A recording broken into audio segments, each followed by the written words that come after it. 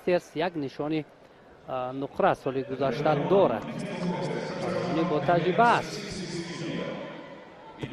برای اوبیجیبوف این رقابت البته رقابتی اون خواهد. خوب همین طور دوستان عزیز اوبیجیبوف با جداگی سفید از تاجیکستان و بوبا دایکی از کشور فرانسه با جداگی کبود اندر میدان میشوند و توجه میکنیم که در اولین رقابت خود اوبیجیبوف چگونه هنرش را نشان میدهد. اولین رسیش بسیار هم خوب است. تلاش از جانب پهلوان ما. البته اوبیجیبوف با آهستگی با یک پهلوان بسیار هم صاحب تجربه تبدیل یافته ایستاده است. در گران پری دوشنبه مقام اول را گرفت. در بعدا در گرند سلامی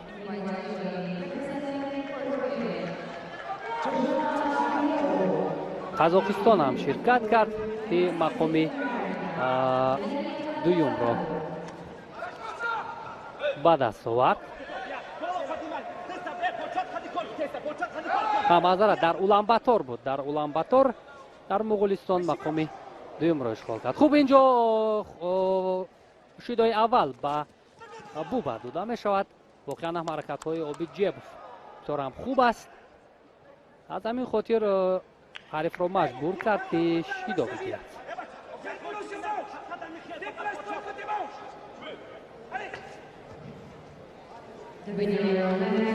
کوته محمد بیکوف اوبیجیبوف توصیه میدهد که چگونه باید روش رقابت را بر دوش بگیرد. حرکت اوبیجیبوف نتیجه نداد اما بوبا میخواهد در زمین کار کند ولی معلوم بود که اینجا خواهش بسندگی نکرد.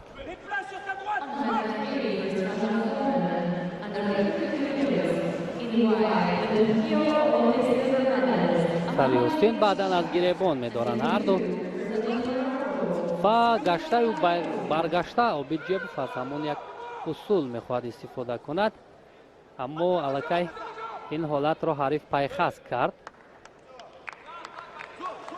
بغل کردن را میخواست به کار برد. بوبا حالا نتوانست. البته آمادگی های منتخب تاجیکستان و اینجا یک پرتافت خیلی خوبم بود ولی تا با آخر نرفت. خوشبختانه کم فعالی اینجا در حرکت های پهلوان فرانسه دیده می شود. این البته بر نفع اوبیجیبوف است. همین گونه ای که رقابت را آغاز کرد باید تا با آخر همین گونه جریان یابد و این نوبت هم نزدیک بود برای گرفتن امتیاز.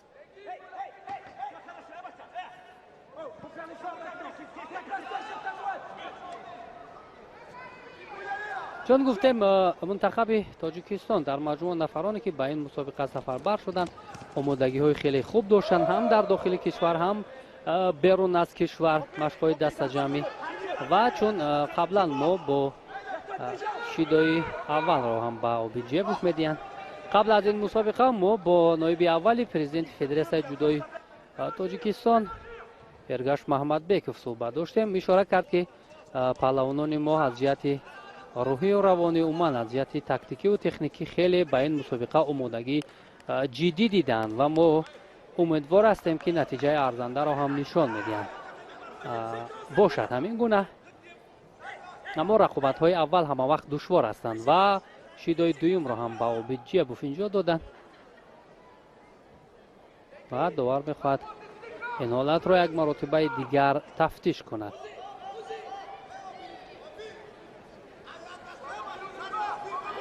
بله به اساس بود این شیدا و باز پس گرفته می شود. اکنون برای اوبیجیبوف این باید یک انگیزه دیگر بخشد. تنها پرتافت، یک پرتافتی که تقدیر این رقابت رو حل کند. اما سر کتف اینجا بوبا دایکی میخواست استفاده کند. خوشبختانه نتوانست.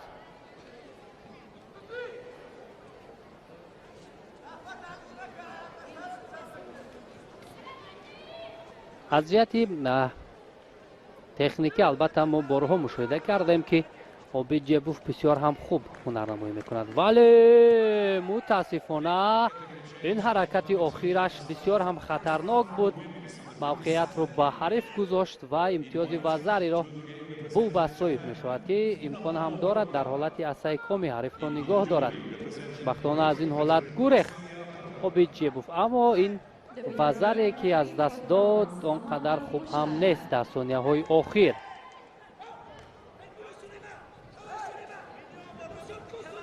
بسیار هم تأسف آور است البته این وزری در ثانیه های آخر است. دیگر توکل باید کرد، هر چیزی که هست باید توکل کند جیبوف، ولی این حالت متاسفانه امتیاز آور نشد و گرده بسیار هم پرتافت خوبه بود. داور میخواهد این حالت را یک مرتبه تفتیش کند. وزری هست، خوشبختانه در حال یک جواب ارزنده داد بر حریف آبیجیبوف و کار را به گلدن اسکو برد. اکنون امتیاز طلایی خواهد بود. برتری بر جانب پهلوان فرانسه است در گلدن اسکو، اما آبیجیبوف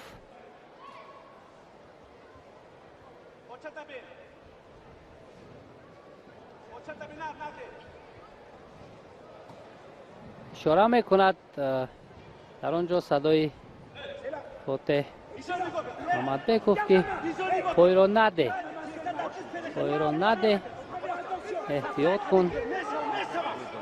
البته بودن مربی در نزد ورزشکار و توصیه دادن هم به پهلوان انگیزه دیگر میبخشد. اکنون خود را در ثانیه های آخر از باخت نجات داد آبیجیبوف و اینجا اکنون تنها برای غلبه باید تلاش کند. بار دیگر از همان روش استفاده میکند، ولی نوبت موفق نشد.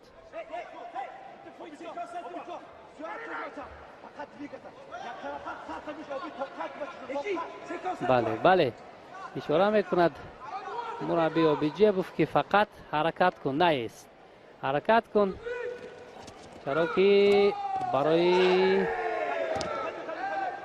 حرکت نکردن کم فعال بودن اینجا شیدو است. اما در گلدن اسکو بوبا دایکی فعال تر می شود.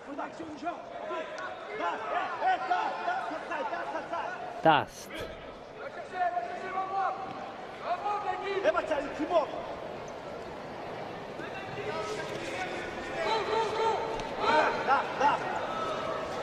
سر یاسین خیلی مستحکم داشته از جیبوف، ولی این حالت را رها میکند، موقعیت را میخواهد دیگر کند. همین فشار آوردن هم البته به حریف خوب است از جانب جیبوف. هرچی خود را فعالتر نشان دهد البته بر نفع او است، چون هر یک حرکت را اینجا با اینوبت میگیرند. فعال هستی، کم فعال هستی، اجرای اصول میکنی، نمیکنی، هر یک این حرکت ها را البته در گلدن اسکو با اینوبت میگیرند و البته که بهادی هم میشود. هر دو هم خیلی یک زیل داشتند.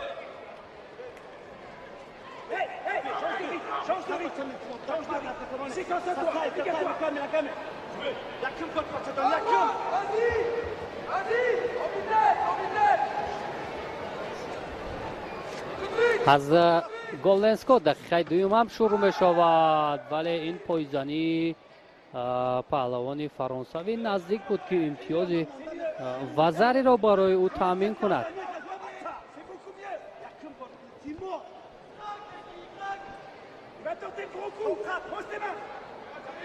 این حالت تفتیش کرده می شود اگر وزری باشد. متاسفانه این حالت وزری بها گذاری شد و آبیجیبوف باشد از ادامه رقابت محروم شد و بو به تایکی باشد به مرحله دیگر خود را انوار کرد.